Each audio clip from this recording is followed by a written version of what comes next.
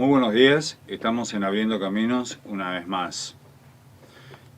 Hoy estamos con el Hospital de Pediatría Garrahan y con tres invitadas muy especiales, tanto del área de la salud como del área legal. Le damos la bienvenida a la licenciada Nora Friedman, a la licenciada Milagros Saldías y a la doctora Susana Cirusi. Luego las vamos a presentar formalmente. Elegimos como título de este programa de Abriendo Caminos, Abuso y Maltrato Infantil, Enfoque Interdisciplinario y específicamente Abuso Sexual Infantil, Detección, Evaluación y Prevención con el equipo del Hospital Garrahan. Las hemos invitado en el marco de la campaña de prevención al abuso sexual infantil que estamos realizando. Como ven atrás, hemos creado el hashtag numeral no al abuso sexual infantil. Así podrán encontrar toda la información que estamos realizando a través de todas las entrevistas. Les recordamos que el objetivo de Abriendo Caminos es un programa que intenta informar, concientizar a la gente y al sector profesional de la salud, de la educación y del Poder Judicial. Y también dar herramientas para la prevención de este flagelo que es de una masividad enorme. UNICEF Latinoamérica, una niña cada 4 y un niño cada 6 sufren abuso sexual infantil.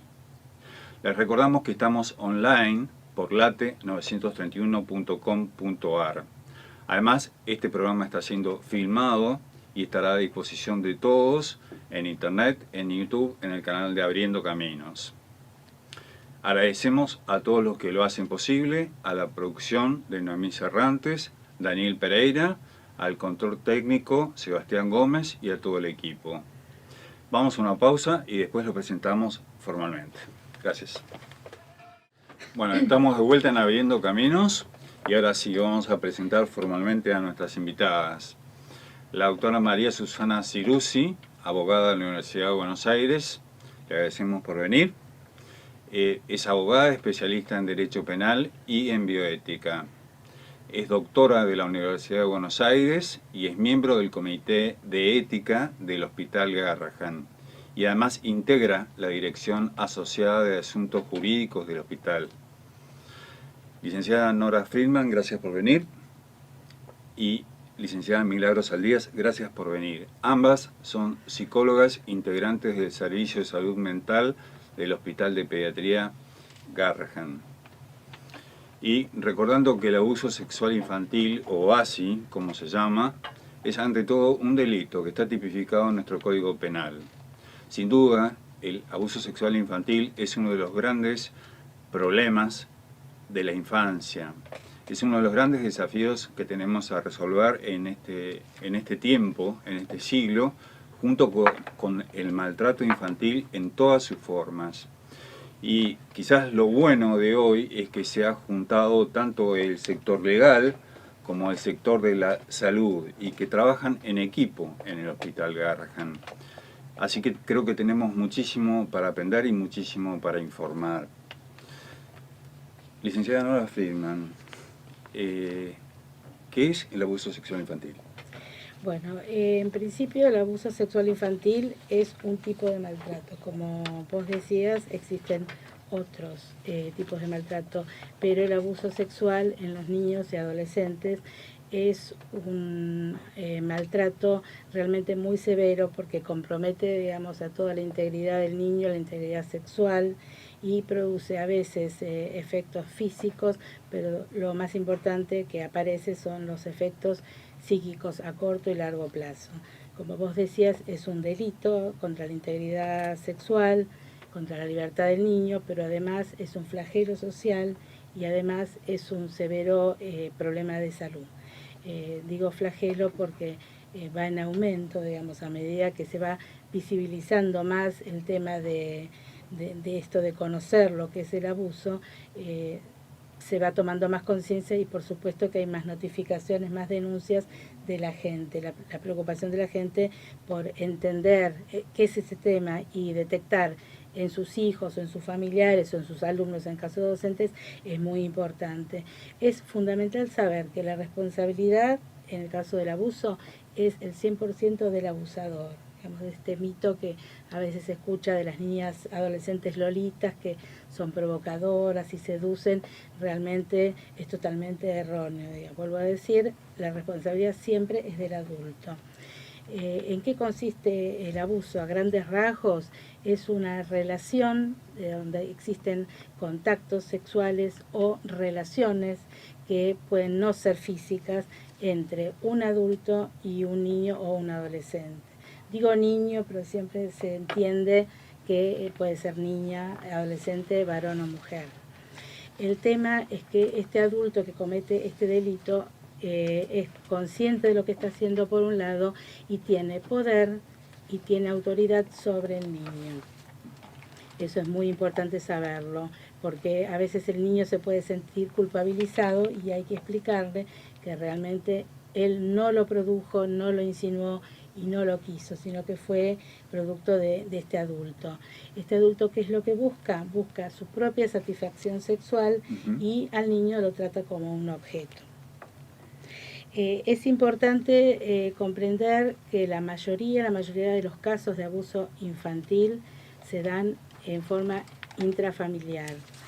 Es decir, vemos casos donde hay un desconocido que ataca a un menor sexualmente, vemos casos donde hay un conocido del entorno del niño, por ejemplo, puede ser un vecino, un amigo del papá, de la mamá, etcétera, pero sí. La mayoría de los abusos, esto está descrito en la bibliografía internacional, en nuestro país y en nuestro servicio vemos que se trata siempre de situaciones intrafamiliares.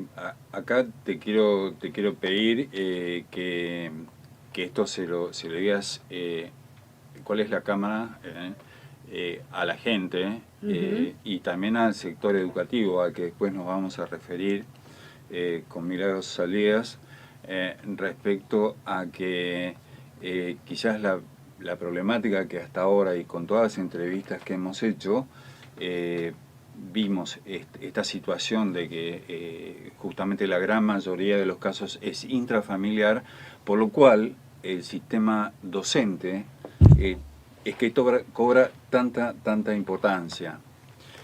Ojalá el Ministerio de Educación esté escuchando, sabemos que algunos integrantes lo están haciendo y muy especialmente Esteban Bullrich, le hemos invitado la invitación al programa, esperemos contar con usted. Con respecto a esto, querría preguntarte si cómo ves y qué papel juega el sistema docente, las maestras en definitiva, en este flagelo. Bueno, en primer lugar, lo que tenemos que decir es que la escuela es una instancia privilegiada para la detección de este tipo de casos, ¿sí? Porque los niños pasan muchas horas en la escuela con los docentes que están diariamente con ellos, que los pueden observar cotidianamente y que cualquier situación que los esté afectando, ellos son las personas que lo pueden percibir, que lo pueden hacer notar, cualquier indicador, ya sea específico o inespecífico, de cualquier tipo de maltrato o abuso sexual. Y además muchas veces los docentes son adultos de referencia y de confianza para estos niños. Entonces, en caso de que ellos puedan hablar, muchas veces lo hacen con el docente, ¿sí? A veces el que habla es el niño y a veces los que lo pueden relatar son los padres, ¿no? Que también pueden tener al docente como alguien de confianza a quien se lo pueden contar. Hay algo que te vamos a pedir con toda tu experiencia y, bueno, como integrantes del Hospital Garrahan, es este no es un programa solo de informar ni de polemizar acerca, sino de tratar o intentar al menos darles herramientas a las personas, a la gente común, y muy en este caso en particular al sector docente. Entonces después te voy a pedir, si es posible, que les digas a las docentes a qué signos, a qué cosas en los niños deben estar atentos porque quizás hay una gran confusión en cuanto a que no necesariamente un niño va a venir con una fractura para darnos cuenta que está viviendo una situación de maltrato. Corregime, por favor, pero Sí. te voy a pedir esas herramientas. Bueno, Antes de ir a una pausa, quiero preguntarle a la doctora Susana Cirrusi que al volver nos explique qué es el abuso sexual infantil desde el punto de vista legal. Bien. ¿Dale? Gracias. Bueno, y estamos de vuelta en Abriendo Caminos y había quedado una pregunta para la doctora Susana Cirrusi, una pregunta pendiente acerca de qué es el abuso sexual infantil desde el punto de vista legal. Pero si me permite, doctora, siendo que usted es integrante del Comité de Ética del Hospital Garrahan, que muy brevemente nos explique, le explique a la gente y nos explique a todos qué función cumple un comité de ética dentro de un hospital y por qué todos los hospitales deberían contar con un comité de ética. Bien, los comités de ética son organismos multitransdisciplinarios, esto es, no están conformados solamente por médicos, sino fundamentalmente por otras profesiones, desde por ejemplo mi caso que soy abogada, pasando por un filósofo, un antropólogo, gente de la comunidad. Nosotros por ejemplo tenemos una licenciada bibliotecaria, que son organismos a los cuales uno puede ir en consulta, ya sea el equipo de salud o el paciente o sus padres, en los casos nuestros que trabajamos en pediatría, para poder discernir un poco cuáles son los dilemas éticos que se presentan a la hora de la toma de decisiones médicas. O sea, nosotros no analizamos en un comité de ética el diagnóstico ni el tratamiento indicado. Lo que hacemos es merituar, valorar los principios, los valores, las creencias que entran en juego a la hora de la toma de decisiones, donde hay múltiples actores. Entonces, muchas veces tratamientos con enfermedades que son graves, que son amenazantes de la vida, surgen dilemas como por ejemplo, bueno, vamos a privilegiar la cantidad de vida, vamos a privilegiar la calidad de vida, vamos a permitir que el chico pueda tomar una decisión al final de su vida, decidir por ejemplo cómo quiere morir, con quién quiere estar los últimos momentos, negarse a un determinado tratamiento. Cómo hacemos para tomar decisiones cuando, por ejemplo, hay dos vidas en juego y una de ellas se encuentra en riesgo y la única forma de protegerla es a través de causar un daño a la otra vida, como los casos de aborto terapéutico, o entonces todas esas cuestiones vienen al comité de ética en consulta. Acompañamos al equipo de salud con una recomendación, esa recomendación queda anotada en la historia clínica. Tratamos con el paciente, con la familia, los acompañamos en todo el proceso y vamos viendo, porque vos sabés muy bien que la toma de decisiones es dinámica. O sea, hoy en día tenemos el paciente de una forma y capaz que lo que decidimos hoy, al día siguiente lo tenemos que modificar porque la propia enfermedad nos lleva a modificarlo. ¿Y por qué es importante que todos los hospitales y todas las instituciones de salud lo tengan? Primero, por una cuestión técnica. Hay una ley que impone que todas las instituciones de salud tienen que contar con un comité de ética. Y por otro lado, una cuestión práctica, que mi experiencia en el comité de ética indica que el equipo de salud se siente acompañado a la hora de la toma de decisiones. La toma de decisiones se socializa con lo que se implica de carga de una toma de decisión, sobre todo en un chico.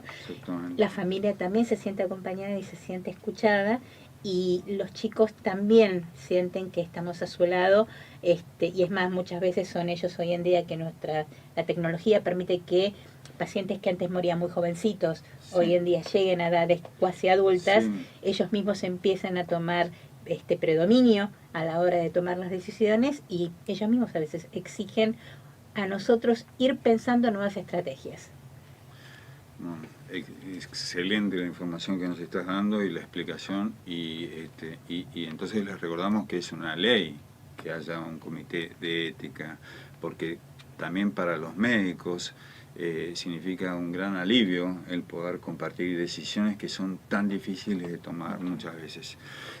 Podríamos hablar de esto muchísimo tiempo, y también quiero que en algún momento pedirte perdóname que te estoy tuteando, No, por favor. pero digamos que sabemos que el Hospital Garrahan está organizando unas jornadas muy importantes internacionales de cuidados paliativos que después las comentemos. Vuelvo al tema que nos ocupa hoy, que es, y la pregunta que había quedado pendiente, ¿qué es el abuso sexual infantil desde el punto de vista legal? Bien, fundamentalmente es una vulneración a los derechos individuales del chico, a su derecho a la libertad, a su derecho a la integridad física y psicológica, a su derecho a la infancia, porque un chico, sobre todo un chico muy chiquito abusado, pierde de una forma drástica lo que es su infancia, porque es emplazado en una situación que ningún chico debería estar porque no corresponde al estadio natural en el cual el chico se encuentra.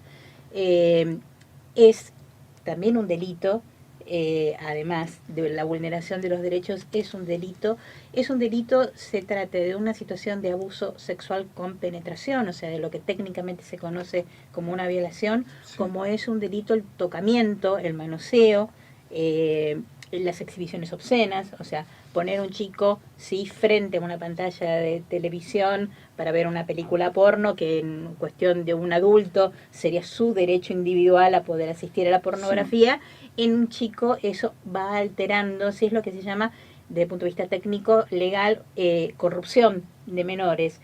¿Por qué corrupción? Porque vos lo que estás corrompiendo es el normal desarrollo sexual de un chico.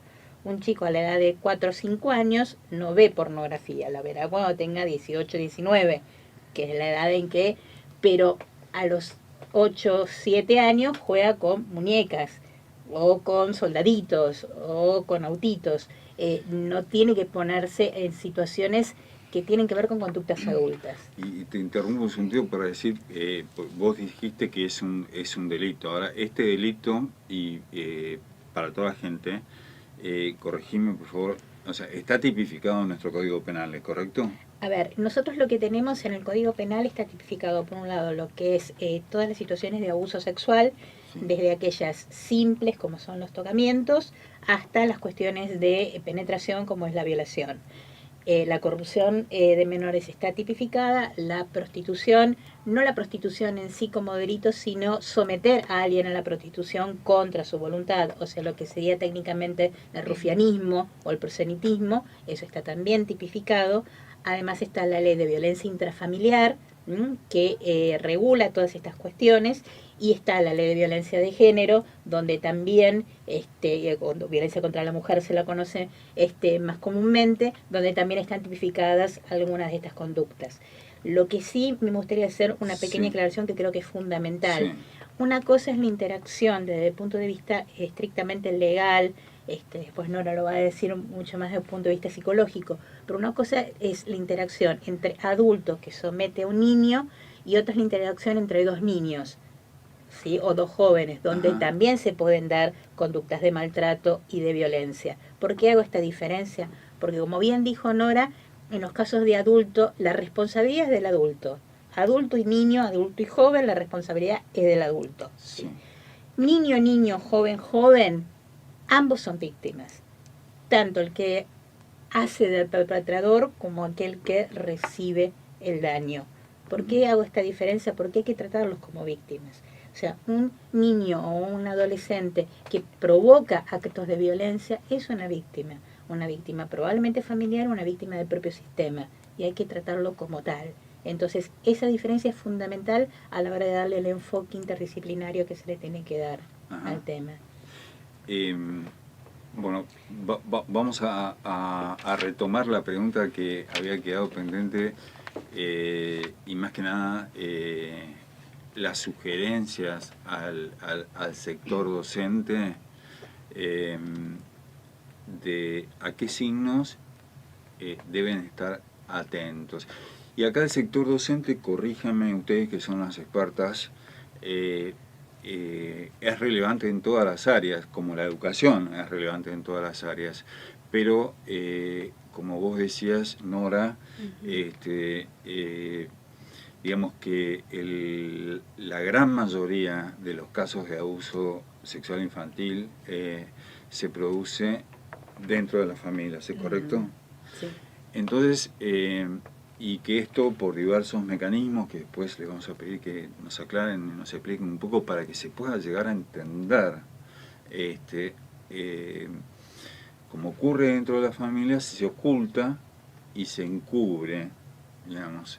Entonces es ahí donde la figura de la docente o el docente es tan relevante, porque va a ser el eslabón, es el encargado de notar cambios en el chico y lo que de alguna forma va a posibilitar que eso salga a la luz de alguna u otra forma. Entonces es tan importante que los docentes sepan a qué estar atentos en un niño o en una niña. Y cuanto más chiquitos, como en tantos programas y con tantos esfuerzos hemos visto acá, digamos, más atentos todavía.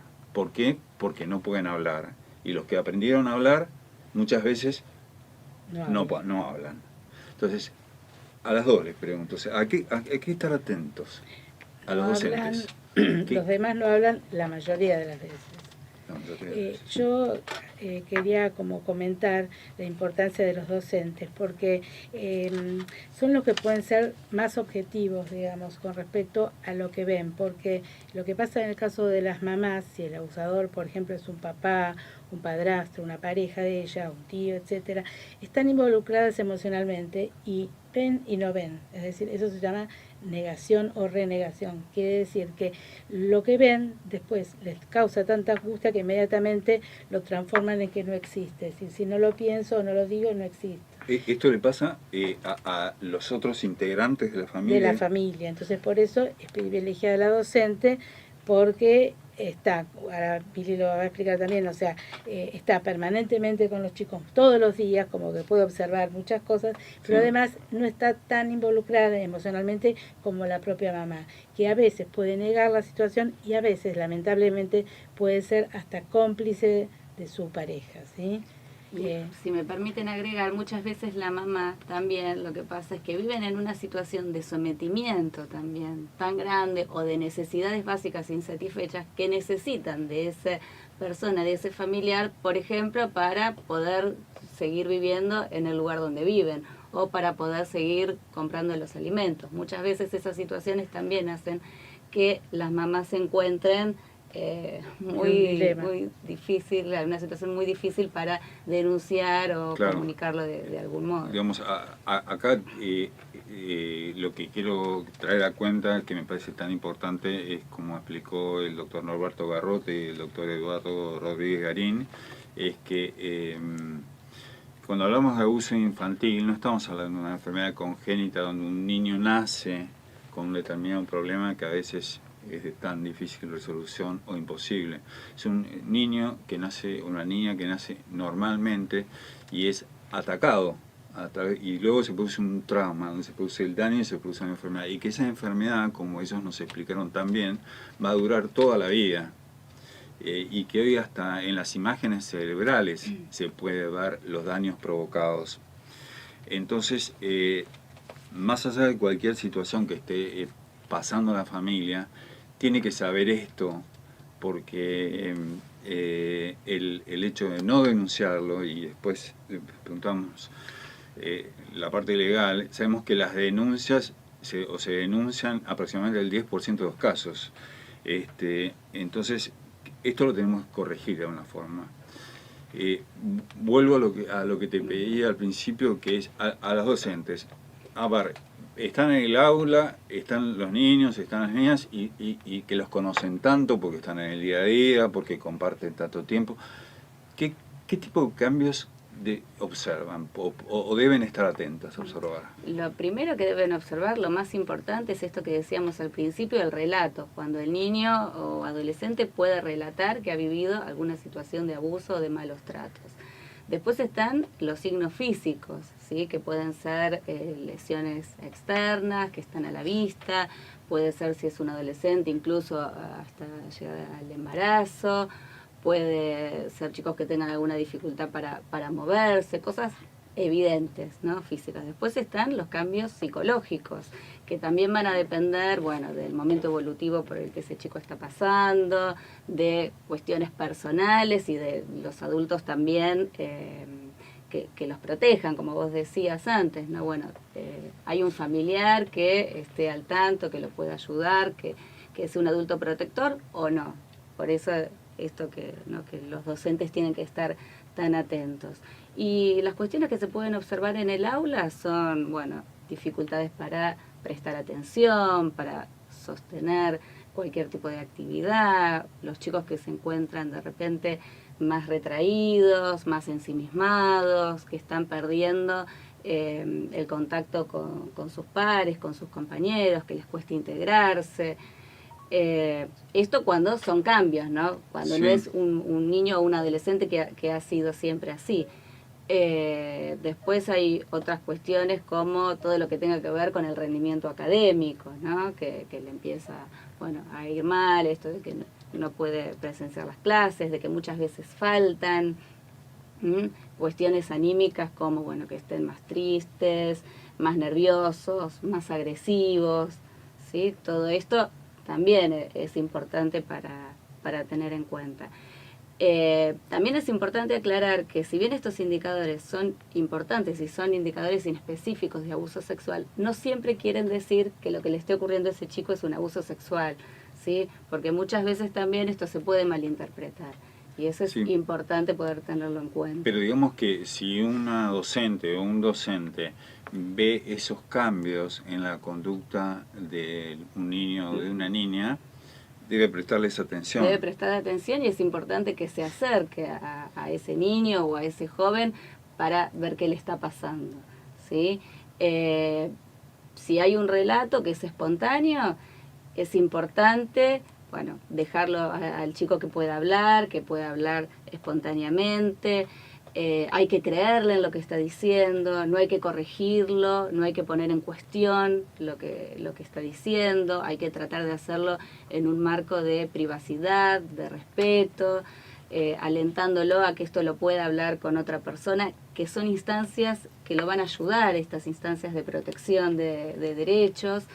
Después otra cosa que es importante también es, bueno, si hablar con la familia, pero aclararle a la familia qué es lo que los docentes van a hacer, cómo uno debe proceder.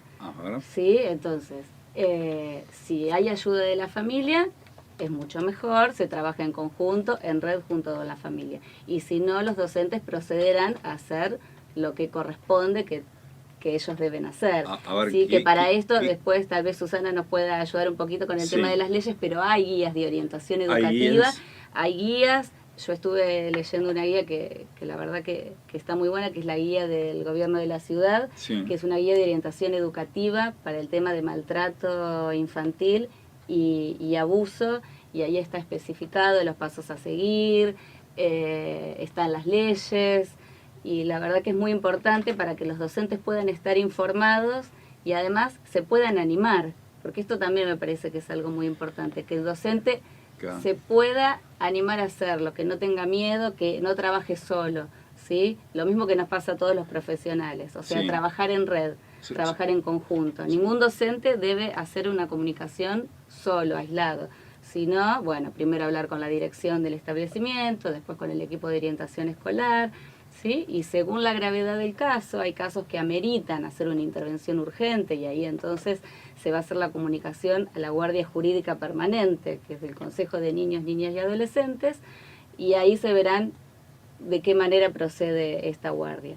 Si no es una cuestión de tanta urgencia, uno puede ir siguiendo los pasos, ¿no? Después de hablar con la dirección, el equipo de orientación escolar, hacer la comunicación al Consejo de Niños, Niñas y Adolescentes, que podrá evaluar la situación y ver qué medidas de protección se toman. Es decir, que la maestra observa cambios que le llaman la atención, y estos cambios debería comunicárselos a la directora, y la directora entonces tiene un lugar a donde recurrir. Y junto con la directora convocan a este equipo de orientación escolar. Pero hay, te pregunto para que entendamos todos, ¿hay un número de teléfono a donde puede llamar, digamos, la directora? Es decir, Sí, nosotros sabemos ellos que están en existe, contacto permanente, las direcciones digamos, de los colegios están en contacto permanente con, sí, con este tipo de instituciones. de todos modos les quiero aclarar que sabemos que está el número 107, pero digamos, al que pueden llamar, al número 107, pero además estamos gestionando a través de la asesoría de menores de la Ciudad Autónoma una línea a donde puedan llamar, para que no se tengan que ir a su casa las directoras del colegio con este problema sin saber cómo resolverlo. Vamos a una pausa y volvemos. Muchas gracias. Bien. Bueno, seguimos en Abriendo Caminos. Tenemos muchísimas preguntas para hacerle al equipo del Hospital Garrahan. Creo que vamos a tener que hacer otro programa más porque no nos da el tiempo. Nora, queremos preguntarte, sabemos que hay una primera infancia, una segunda infancia y luego viene la adolescencia. En la primera infancia, en el Hospital Garrahan, digamos, ¿a qué cosas están atentos ustedes para sospechar una situación de abuso infantil? Bueno, en principio es importante aclarar que esta detección y evaluación se realiza siempre en forma interdisciplinaria e interinstitucional.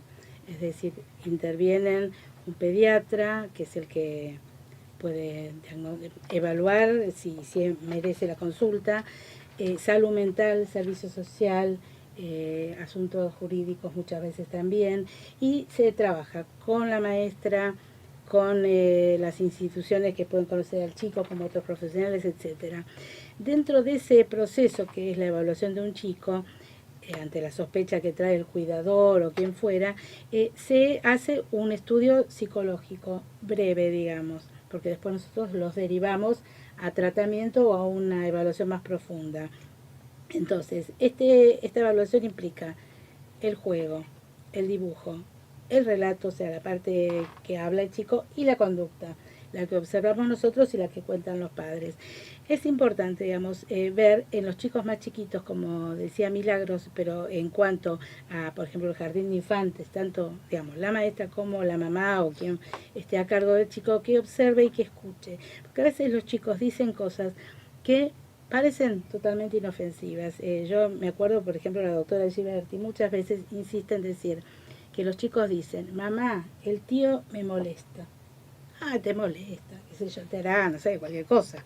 Me molesta y me molesta. Y ella descubrió que muchos chicos dicen: me molesta tal persona, y que quieren decir todo esto que estamos hablando, o sea, me abusa. Eso no quiere decir que todas las mamás salgan corriendo porque dicen me molestó, pero hay que estar atento a otras cosas. Otra forma de los chiquitos decirlo es, por ejemplo, papá, el padrastro, el que fuera, me hace cosquillas que no me gustan.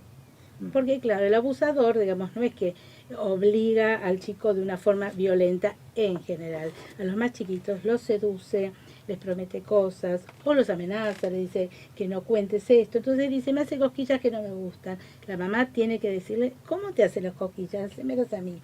Y muchas veces hemos descubierto este tipo de conductas. O dicen: con papá, o con el tío, con el abuelo, o el primo, juego a un juego que no tengo que contarte. ¿Qué juego? El ico-ico. Porque los abusadores le ponen un nombre, crean una cosa de juego, de complicidad y de secreto con el chico, y le dicen, digamos, no se lo cuentes a nadie y vamos a jugar. Y el chico como que respeta lo que dice el adulto. Entonces es importante que, en principio, tanto la madre como las maestras jardineras estén atentas y no den por supuesto las cosas. Cuando un chico cuenta algo, que abran la pregunta, pero que no contaminen la situación, no le pregunten quién te tocó, qué te hizo, qué no te hizo, sino que por ahí simplemente decir: contame cómo es ese juego, cómo es, hacelo conmigo, hacele a la muñeca, etcétera. La otra cosa es que es muy difícil que el chico relate un abuso, aunque a veces crea a la gente que porque hay expertos, o sea, habrá más facilidad y menos facilidad por la experiencia, pero en realidad es muy difícil, porque el chico tiene mucho miedo a que no le crean.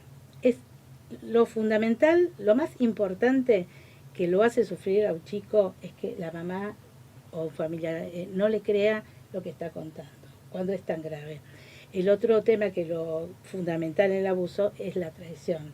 La traición del adulto, de quien se supone que lo tiene que cuidar y lo traiciona porque le hace algo totalmente dañino. Y es importante, digamos, atender a las conductas que nosotros hablamos de las conductas hipersexualizadas, es decir, que el chico tiene un lenguaje que no es el que corresponde a la edad, por las cosas obscenas que cuenta, porque un chico chiquito jamás es capaz de describir normalmente un acto sexual. Si lo hace, o si cuenta algo de lo que puede producirse en un acto sexual, es porque o lo ha visto o porque ha sido abusado. Y además, juegan con sus muñecos, con sus amiguitos y reproducen lo que le hicieron a ellos. O sea, se identifican con la persona que los abusó, ¿sí? Entonces, eso es alguna de las pautas que tenemos. Otra es, en el caso de chicos más grandes, la seducción a los adultos, intentar tocarles las partes íntimas, hablar de palabras y de cosas que nunca había hablado en su vida, digamos, con respecto y que tienen mucha curiosidad sexual, por ejemplo, también. El relato no se produce en general, ¿por qué? Por miedo a que le echen la culpa, como que él produjo el abuso, que va a desintegrar a la familia, que va a mandar preso al abusador, que en general hay una ambivalencia porque lo quiere al abusador, ¿sí? Es un familiar y a veces depende de él, tiene miedo a que se queden en la calle, a que no aporte más dinero, y sobre todo eso, a que lo castiguen, o que el abusador cumpla sus amenazas, porque el abusador le ha dicho al chico: te voy a matar a tu mamá, a tus hermanitos, le voy a hacer lo mismo a tu hermana. Bueno, todo eso genera en el chico una angustia tan grande que tiene que recurrir para continuar haciendo, porque no tiene más remedio que soportar este abuso, tiene que recurrir a mecanismos de defensa que disminuyen la angustia. Por ejemplo, la famosa disociación que comentaba hace un rato Susana. Es decir, tiene que de alguna manera acomodarse a la situación abusiva para no sucumbir en angustia. Y además está el tema de que los adultos a veces, lamentablemente, no les creen o lo minimizan o dicen que son cosas de chicos. Y nosotros en el hospital vimos muchos casos de mamás adultas, digamos, obviamente, que pueden contar que ellas mismas sufrieron un abuso cuando se está investigando el abuso de su hijo.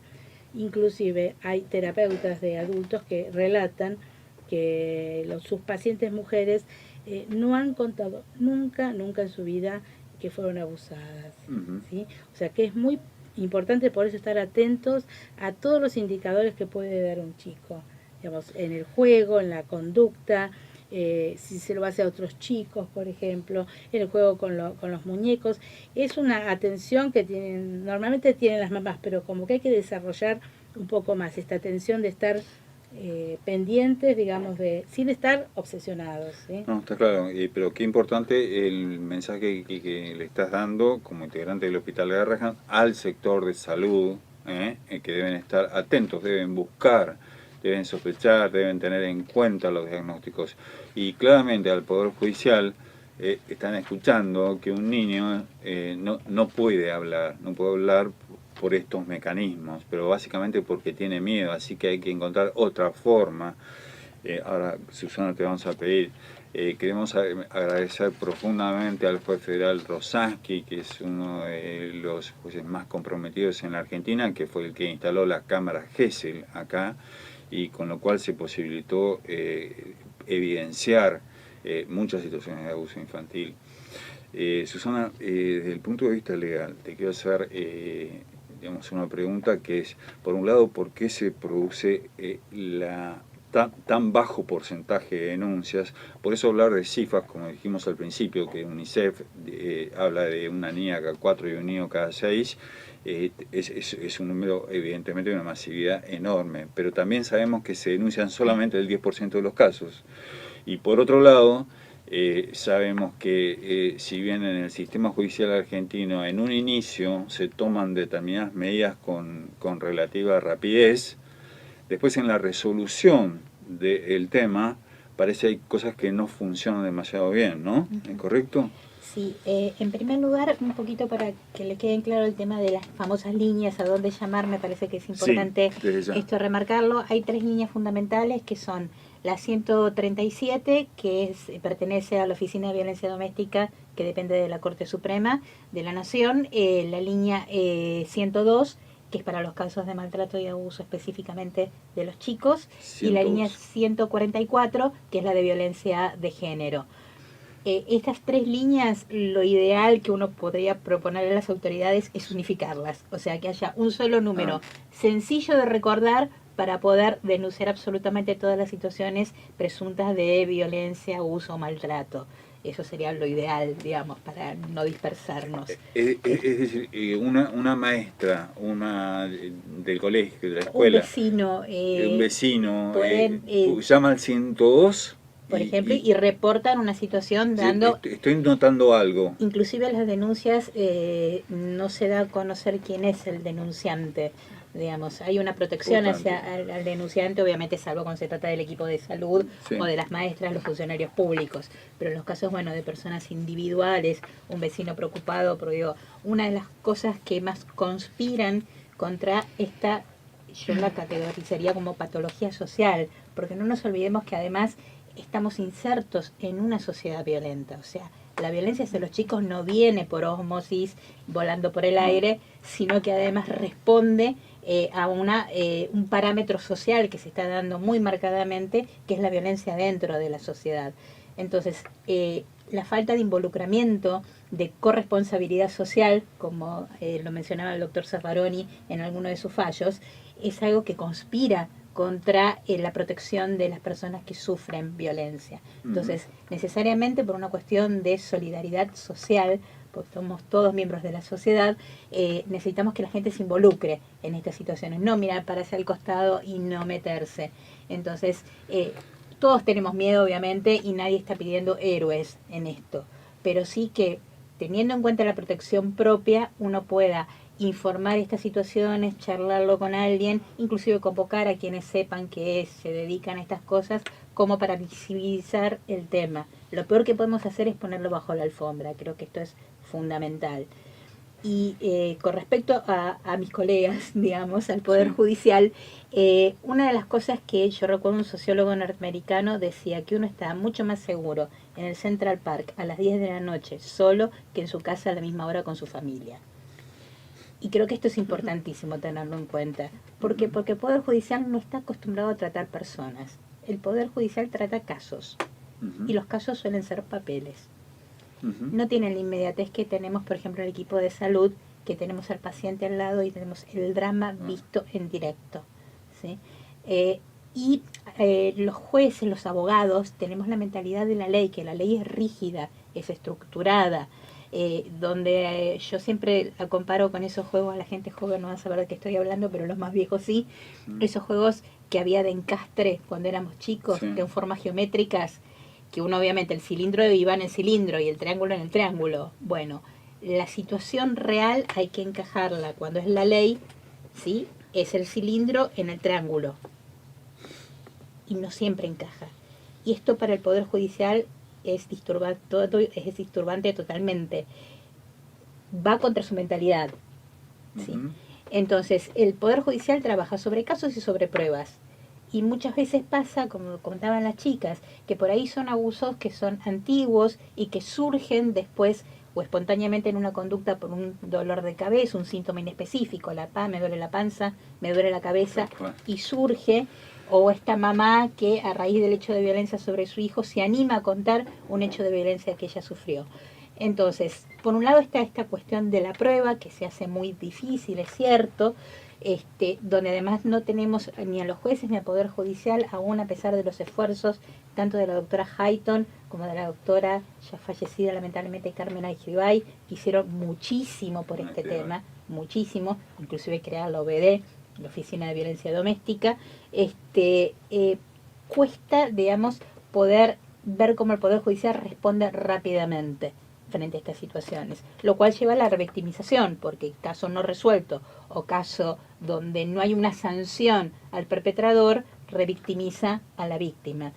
Pero también en esto una gran diferencia. Una cosa es lo que puede hacer el sistema penal y otra lo que puede hacer el sistema civil. El sistema penal busca quién es el responsable, busca quién fue el autor del hecho y aplicarle una pena, pero no protege a la víctima con la inmediatez que nosotros necesitamos, Claro. ¿sí? Desde el sistema de salud. En cambio, el sistema civil sí toma las medidas de forma inmediatamente. Entonces es importante que la primera intervención que nosotros hagamos, sobre todo cuando nos llega la consulta al hospital, donde chico internado se neutralice el riesgo, esto es fundamental, poder, si hay que hacer la denuncia, inmediatamente en la intervención civil, que es la que nos va a ayudar a proteger a la víctima. Sí. Y después, eventualmente, se evaluará la intervención penal en cuanto al delito. Pero lo primero que nosotros tenemos que hacer como profesionales de la salud es proteger a la víctima. Entonces, claro. creo que esto tiene que quedar muy claro. Tenemos que ir a una pausa y queda una pregunta para Milagros, si nos podés explicar al volver cómo se produce esto de la situación o lo que llaman los profesionales de salud de doble abuso, es decir, un niño que está sometido a esta situación, pero que a su vez al no haber una respuesta del sistema o al no ser creído o sufre esta situación de doble abuso. Si nos pueden explicar esto. Vamos a una pausa y volvemos. Gracias. Habíamos quedado con una pregunta para Milagros Saldías, pero queremos recordarles que hay un libro muy importante de la doctora Eva Giberti, que es Abuso Sexual contra Niñas, Niños y Adolescentes. Se lo recomendamos a la gente en general, pero muy específicamente al sector profesional y al sector judicial. Y pronto la vamos a tener la doctora Eva Giberti con nosotros. Milagros, queremos preguntarte de esta situación de lo que se conoce como doble abuso. Lo que te quiero preguntar concretamente es cuando un niño o una niña logra de alguna forma u otra, como explicaba Nora, expresar algo y no se le cree, o el Poder Judicial no toma ninguna conducta, hay algo que se llama doble abuso, ¿no? Que se produce. ¿Cómo es esto? ¿Y qué produce en el niño o en la niña? Bueno, por un lado, tenemos esto que si tenemos un niño que ha podido hablar, es muy importante que todos los adultos, o que el adulto, tal vez es un único adulto que puede escuchar ese relato, que le crea, ¿sí? Como decíamos antes cuando dábamos algunas pautas para los docentes, que le puedan creer, que no le hagan cuestionamientos ni planteen dudas en relación a esto, y no lo hagan sentir culpable, ¿sí? Esto es fundamental. ¿Por qué es importante creerle? Porque el niño confía en ese adulto y ese adulto se convierte en la única alternativa tal vez que este niño tenga para poder ponerle voz a lo que le está pasando, para hacerse oír y para que de alguna manera se tomen las medidas necesarias de protección, ¿sí? Entonces por eso es muy importante que se le crea y que ese adulto pueda actuar en consecuencia. ¿Qué pasa cuando a este niño no se le cree? Ese adulto se supone que es el que lo tiene que proteger, ya sea un familiar, la madre, la maestra o alguien cercano. Entonces, si este adulto en el que el niño confía y en el que espera que lo proteja de algún modo no lo hace, se está sintiendo doblemente expuesto a esta situación. Lo mismo pasa cuando ya sean niños o adultos que van a hacer las denuncias o que van a hablar a algún lugar buscando ayuda y lo que obtiene no es ayuda, sino que se lo juzgue, que se lo maltrate, que se le haga esperar muchas horas para hacer una denuncia o un trámite de estos que son fundamentales, ¿no? Entonces, por un lado uno les está diciendo, bueno, hay que hablar, hay que denunciar, hay que animarse, y por el otro el mensaje que damos es contrario, ¿no? Entonces, por eso es que es muy importante poder tener en cuenta todo esto y poder dar las condiciones para que sea más fácil y más seguro para, bueno, los niños poder hablar de esto. Como decía Nora, a veces los chicos no hablan no solamente porque no haya alguien que los escucha, sino porque tienen mucho miedo o porque están frente a alguna otra situación que también los está amenazando. Y lo que vemos muchas veces también, esto del doble abuso, es que el abuso sucede a edades muy tempranas, y cuando esto no puede ser trabajado en ese momento, no hay nadie que lo haga visible, no hay nadie que pueda hacer algo con esto, las secuelas se van a ver mucho más adelante, tal vez en la adolescencia, y es cuando nos encontramos con adolescentes que tienen síntomas como tal vez algunos trastornos de conducta alimentaria, a veces hasta intentos de suicidio, patologías de adicción o de consumo de sustancias, ¿sí? Que son secuelas que vienen acarreando desde infancia temprana que no pudieron ser trabajadas en su momento. Por eso es muy importante prestar atención a estos indicadores que los niños pequeños también pueden presentar. ¿Sí? Es decir, que en la adolescencia, cuando se presentan esos trastornos, por ejemplo, los alimentarios, que o sea, últimamente están, digamos, muy comentados, es decir, uno debería investigar si en la infancia ocurrió si en la infancia ha ocurrido alguna situación traumática, tal como el abuso sexual. ¿Sí? Que, como decía antes Nora, es muy difícil hablar de esto. Ahora, por suerte, cada vez son temas que se están divulgando más y que la gente se está animando más a hablar del tema, pero en un pasado no se hablaba tanto. Por eso también es que nos encontramos con tantos adultos en la consulta que por primera vez nos están mencionando algo de esto cuando aparece una situación en un hijo o frente a alguna otra cuestión que aparece. Quiero agregar algo con respecto a lo que vos le preguntabas a Milagros, que el doble abuso, o lo que llamamos también como revictimización, o sea, que el chico vuelva a pasar por lo que ya pasó de alguna forma, que es el relato múltiple, es decir, que se lo tiene que contar a un montón de profesionales y después si va a un juzgado tiene que volver a contarlo y volver a contarlo. Y esto al chico lo traumatiza más todavía y además en algún momento para de contar, como que el chico ve que el entorno le está dando como pautas o información de que esto va para mal, digamos, y tiene miedo que se cumplan las amenazas, entonces pasa que a veces el chico se retracta, es decir, niega lo que antes afirmó. En este caso es importante no dar crédito a lo último, que es la retractación, sino investigar bien ese tema, o sea, por qué el chico se retracta. La mayoría de las veces, si el chico se retracta es por miedo y no porque realmente se haya equivocado o haya mentido como él dice. Y volviendo al tema... qué importante lo que estás diciendo, digamos, porque si alguien en el Poder Judicial piensa que un niño vuelve atrás y dice, no, en realidad no pasó, en realidad lo más probable es que haya pasado. Exactamente. ¿No? Y que por miedo... dice, no, mentí. ¿Sí? Y por ese instinto de supervivencia que tienen los niños, ¿es correcto? Y sí, porque prima el instinto de supervivencia acá, porque, digamos, peor que el abuso es ser matado, o que maten a la mamá o al hermanito, entonces el chico es como que tiene un dilema permanente, digamos. Y con respecto a la pregunta que le hacías a Mili, es importante la actitud de quien descubre esto por el relato, por lo que fuera, que primero tenga calma, digamos, no pierda la calma. Segundo, que interrogue con preguntas abiertas, como ¿qué te pasó?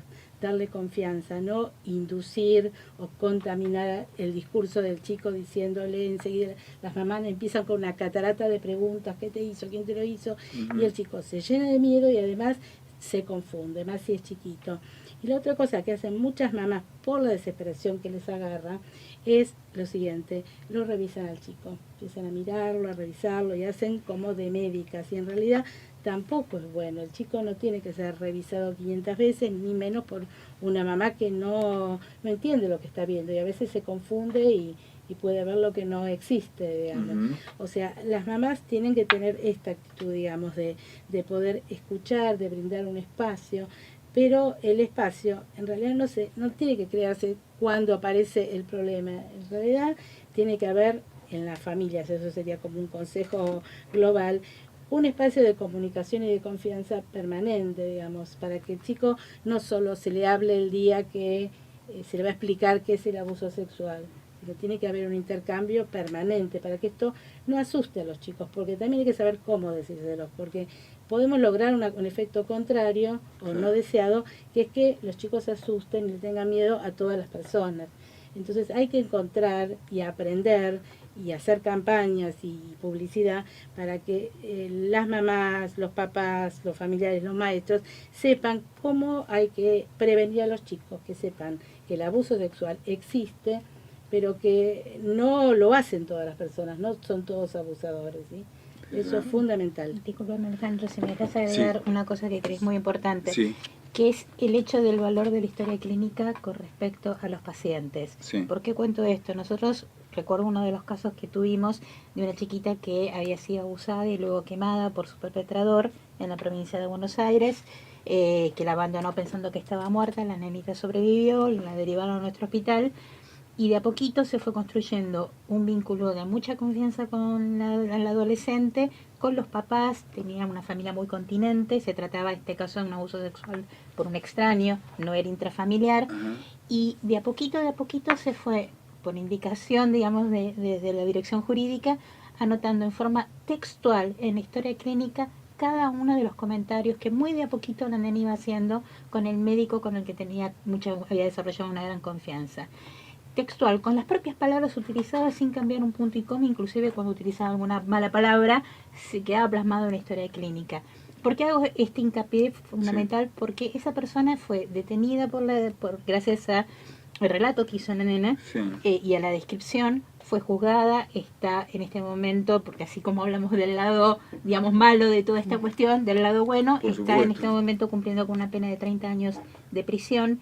Y en el fallo del Tribunal de Bahía Blanca se hizo especial hincapié en la gran ayuda que significó la historia clínica y los testimonios de los profesionales que habíamos intervenido directamente con la nena, aquellos que fuimos a testimoniar para evitar justamente esto, la revictimización. La historia clínica sirvió para tomar como esa parte un instrumento público, sirvió para tomar como válido el testimonio de ese paciente, no someterla a revictimización, y quienes fuimos a contar todo lo que había pasado con esa paciente fuimos aquellos que estuvimos en la atención del paciente.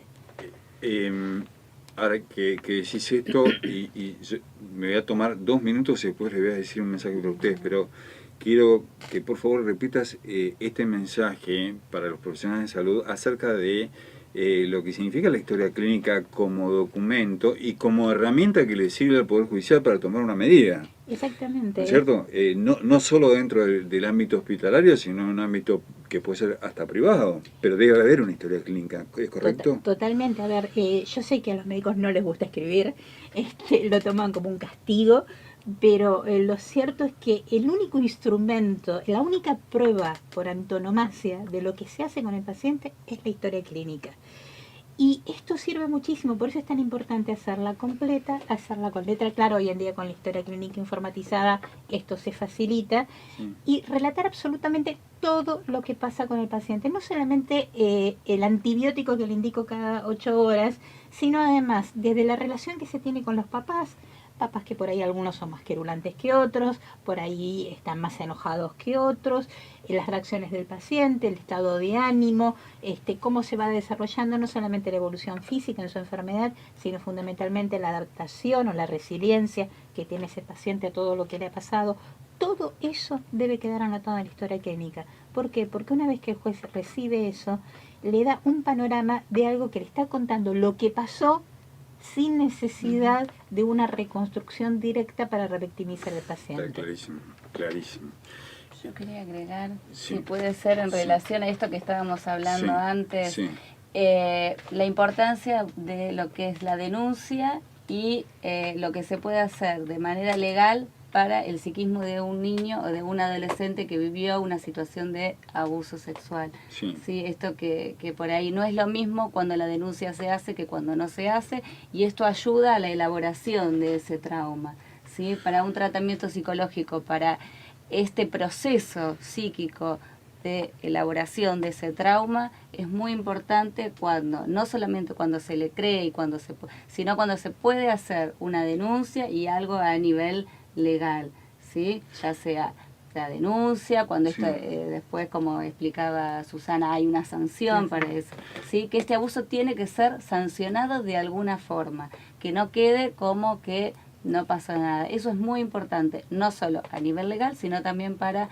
el psiquismo de esa persona y cómo se va constituyendo y las posteriores secuelas Sí. o, bueno. Es decir, que digamos que en manos expertas, si lamentablemente este hecho ocurrió, existen tratamientos y ayudas posibles. Ujú. ¿Es así? Existen, por suerte, existen tratamientos. Hoy en día no hay demasiado, hay muchos lugares que hacen detección y evaluación, hay menos lugares que hacen tratamientos psicológicos para este tipo de casos, pero existen, la idea es que pueda haber cada vez más. Y sí, por suerte sí, a pesar de que estamos diciendo que son situaciones gravísimas, como decían antes mis compañeras, que es realmente un flagelo, sí existen opciones de tratamiento y sí podemos decir que hay algo que se puede hacer con esto que pasa, ¿sí? Y nosotros estamos trabajando Bueno, para eso, ¿sí? ese- Por suerte hay profesionales que se dedican al tema y que, bueno, es- cada vez más... digamos, es muy esperanzador viendo ustedes que integran el Hospital Garrahan.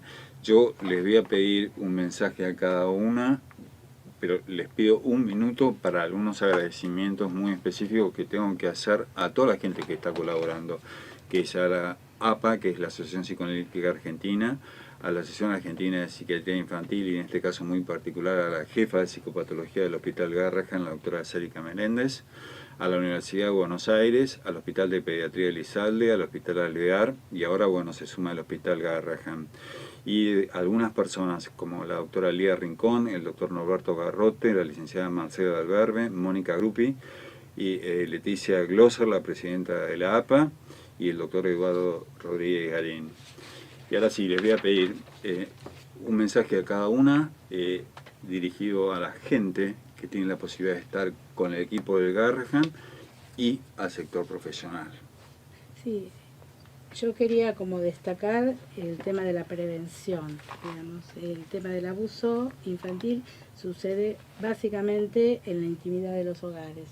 Creo que el 80% más o menos es intrafamiliar. Entonces es muy difícil de detectar porque sucede en la intimidad y porque hay dificultades para el relato y porque obviamente muchas mamás también tienen complicación en verlo y en relatarlo. Entonces tenemos que abocarnos a la prevención. En algunos países, por ejemplo en Chile, está muy difundido, digamos, el tema de las campañas publicitarias. Inclusive hay campañas muy inteligentes dirigidas a niños. O sea, hay una que es, por ejemplo, un cartel muy grande que tiene estudiado qué parte ve el adulto y qué parte mira el chico. Entonces tiene mensajes diferentes para el chico y para el adulto. O sea, utilizaron la sensibilidad por el tema y la creatividad, digamos, e hicieron un montón de campañas. Hay que visibilizarlo más. Pero además hay que pensar que es responsabilidad de toda la sociedad, del Estado para abajo. Digamos, el Estado con campañas, con recursos, con formación de más equipos interdisciplinarios que trabajan el tema. Yo creo que en cada institución pediátrica debería haber un equipo capacitado que se forme permanentemente para atender estos casos. Un curso también a los médicos, a los abogados, a los jueces, a los medios de comunicación, a los comunicadores, como en tu caso, que es tan importante, te ocupas del tema, pero seriamente, no en forma impactante, amarillista, que es muy difícil para los chicos chiquitos, porque yo he visto nenas en el consultorio que están aterradas porque ven que a la vecinita de enfrente o que muestran en la tele que a la nena la abusaron o que la mataron o que no sé qué pasó y están aterradas. Entonces hay que dar una comunicación responsable, saber qué decir, pero también cómo decir y saber a quién va dirigido. Y a nivel familiar también, o sea, conocer las pautas, digamos que estábamos hablando de cómo detectarlo, a los docentes también, es decir, hay que ubicar la prevención primaria, que es prevenir el abuso, pero también que haya muchos equipos en todo el país, no solo en la capital o en Buenos Aires, sino que en todo el país nos dediquemos a ayudar a los chicos en la parte preventiva, en la parte de diagnóstico y especialmente en la parte de tratamiento, que es donde más falta. Correcto. Susana. Sí, yo también primero haría hincapié fundamentalmente en el tema de la educación. la educación, no solamente de los profesionales y en este caso de mis colegas, fundamentalmente porque el sistema judicial no tiene preparación, jueces preparados en el tema de abuso y maltrato, lo cual dificulta mucho a veces el entendimiento. La educación en los chicos, o sea, la educación nos empodera a todos, nos reafirma nuestros derechos. Y esto es necesario. El chico tiene que conocer cuáles son sus derechos. La experiencia que nosotros tenemos en el hospital de trabajar en ateneos con los pacientes ayuda desde chicos que padecen HIV a otras patologías a que se posicionen distinto en la vida, a que sepan reclamar, que sepan pedir ayuda. Esto es importantísimo, que sepan contar con un adulto de confianza, detectar quién es ese adulto de confianza. La otra cuestión en la que haría hincapié fundamental es que esto no es una situación o una cuestión para uno solo. Esto necesariamente necesita un enfoque intertransdisciplinario. No se puede abarcar la violencia porque la violencia no es un fenómeno único, ¿sí? La violencia no es una cuestión médica nada más, no es una cuestión social nada más, no es una cuestión legal nada más, sino fundamentalmente que se requieren todas las patas que interactúan con el ser humano para poder darle una contención. No vamos a tener violencia cero, ninguna sociedad tiene violencia cero, pero sí por lo menos, por un lado, empoderar a nuestros chicos para que sepan qué hacer, sepan que su cuerpo es de ellos, no de los otros, sepan cómo decir que no, sepan cómo pedir ayuda cuando no pueden decir que no, y por otro lado la responsabilidad que tenemos los adultos y fundamentalmente los profesionales de, como bien dijo Mili, darles una respuesta. ¿Por qué? Porque la impunidad termina siendo el peor enemigo frente a estas situaciones. El chico necesita la reivindicación no solamente social, sino fundamentalmente legal. Milagros.